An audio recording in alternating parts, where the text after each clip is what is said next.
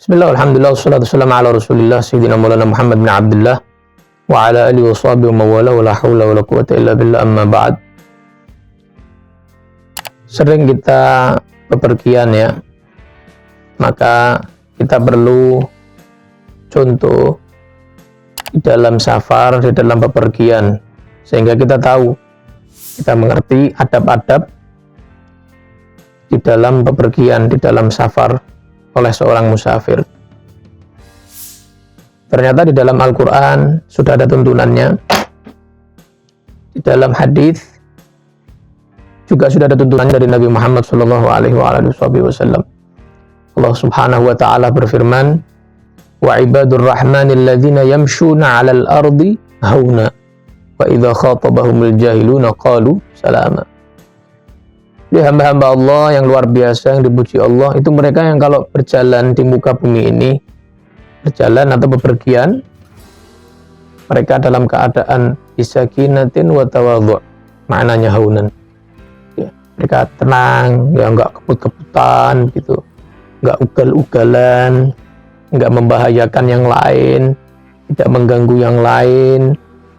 Kemudian tawadhu', bukan dalam keadaan sombong gitu ya, menyombongkan kendaraannya, menyombongkan tahtanya, menyombongkan jabatannya, bukan, tapi dengan tawadhu', dengan rendah hati, karena semua hamba Allah Subhanahu wa Ta'ala.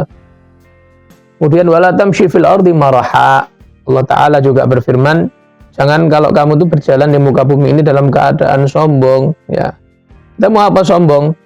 Ini aja lah gampangannya, kalau kita naik pesawat itu orang-orang yang jalan itu tidak kelihatan, sepeda motor tidak kelihatan, mobil kelihatan kayak mainan gitu, kayak monopoli ya, kecil, tidak usah sombong, kita ini kecil di hadapan Allah Subhanahu wa Ta'ala. Kemudian Nabi SAW juga begitu. Nabi SAW itu selalu mengajarkan ketika perjalanan itu tidak merusak tanaman misalnya, tidak mengganggu orang lain, dan beliau mengajarkan untuk kita supaya diberikan keselamatan oleh Allah Subhanahu wa Ta'ala, kita membaca doa. Kita membaca doa diajarkan oleh Nabi, bismillahi tawakkaltu 'ala Allah la haula wa la quwwata illa billah, diajarkan. Maka orang yang membaca doa ini ketika mau hendak bepergian, maka akan dijaga oleh Allah, dilindungi oleh Allah Subhanahu wa Ta'ala. Maka setan ganggu nggak bisa.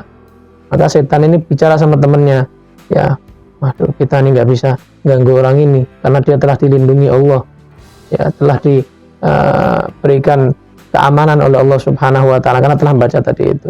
Maka jangan lupa itu, walaupun dikit tapi luar biasa.